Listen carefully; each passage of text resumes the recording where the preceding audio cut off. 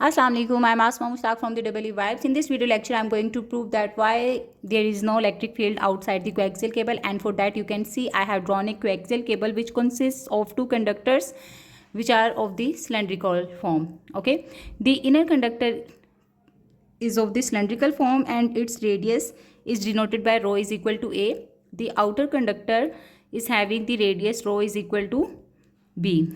Fine. And we can clearly see that the coaxial cable resembles with the cylinder. Let's assume that this is the inner cylinder which is actually positively charged in this case.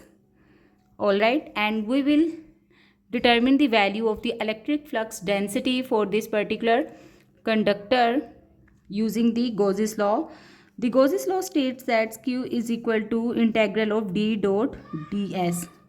In order to determine the electric flux density because of this inner conductor, we will assume an imaginary Gaussian surface whose radius will be denoted by rho, and we will say that rho is greater than A. So somewhere over here.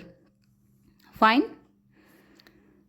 So this Gaussian surface is also of this cylindrical form, and clearly here we can split this integral on the three surfaces. The first one is the top surface, the second one is the bottom surface,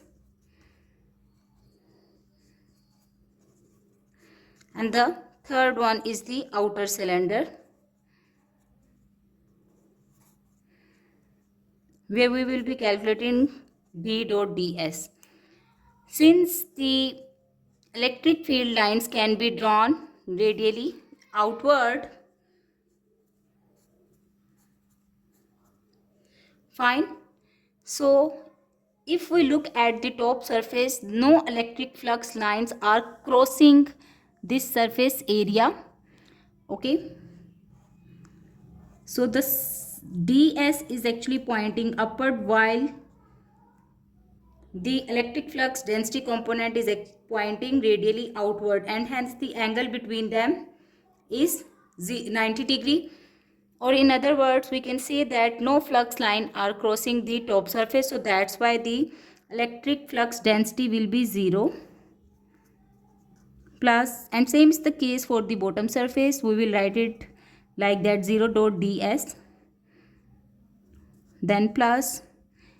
If we talk about the cylindrical surface, which is the outer surface, obviously the electric flux lines are crossing it, and we know that the area of a cylindrical surface, this length is actually dz. This is equal to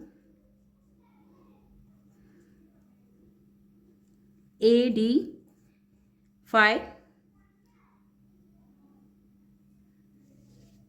or rho d phi, because we have assumed the Gaussian surface having the radius equal to rho. Fine.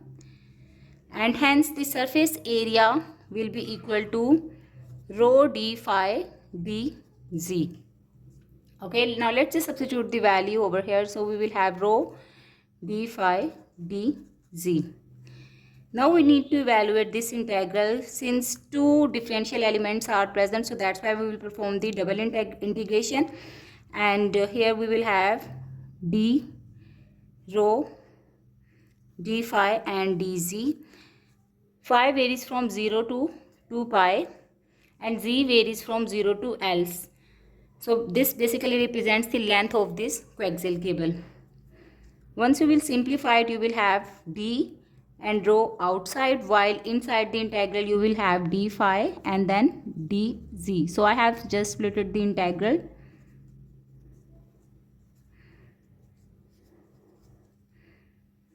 Integration of d phi is actually equal to phi, and you will apply the limit from 0 to 2 pi, and similarly integration of z is dz is z 0 to L.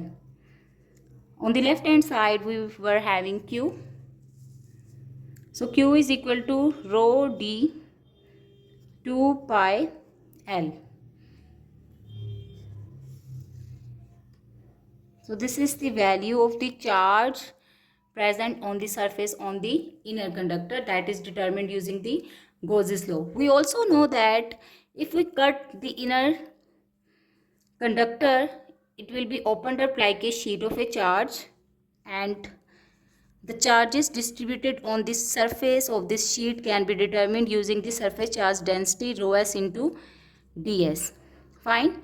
Since rho s is constant, because constant charge density is present, and we will integrate over the surface area, and again as it was of the cylindrical form, but this time the radius of this cylinder is actually equal to a, so that's why we will write the surface area as 2 pi a l. This is equal to q. So with two different approaches we have determined the value of the charges present on the surface of the conductor. Since they both should be equal, so let's just compare them. So rho s 2 pi al should be equal to rho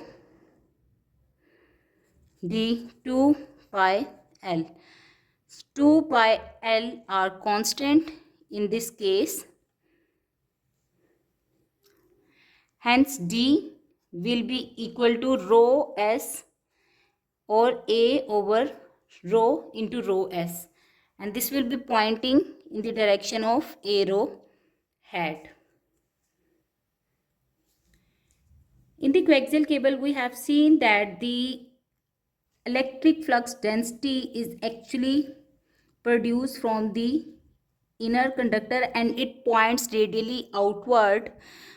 According to the Faraday's law, the equal and opposite charges will be induced on the surface of the outer conductor and on the inner surface. So that's why if the inner conductor is positively charged, the inner surface of the outer conductor will be negatively charged, and it will have the surface charge density which is denoted by minus rho s. Now I want to see the value of the electric field intensity outside this coaxial cable. So that's why I will assume a Gaussian surface of the radius rho that is greater than b now. So the Gaussian surface is again of the cylindrical form, but this time we are going to determine the value of the charges or the flux outside this coaxial cable. From the expression, we have seen that the charge on the inner conductor or inside the Gaussian surface can be determined using this formula. So Q is equal to d rho 2 pi L. Alright. If you talk about the total charges enclosed within this Gaussian surface, it is equal to rho s plus minus rho s. Fine. So these positive charges and the negative charges will be cancelled out. So that's why total charge enclosed by this imaginary Gaussian surface is equal to 0, and this is equal to d 2 pi rho L. Since length is a constant number, rho is a constant number, pi and 2 are all constants. So this implies d is equal to 0, which means E is also equal to 0 since d is equal to epsilon into E.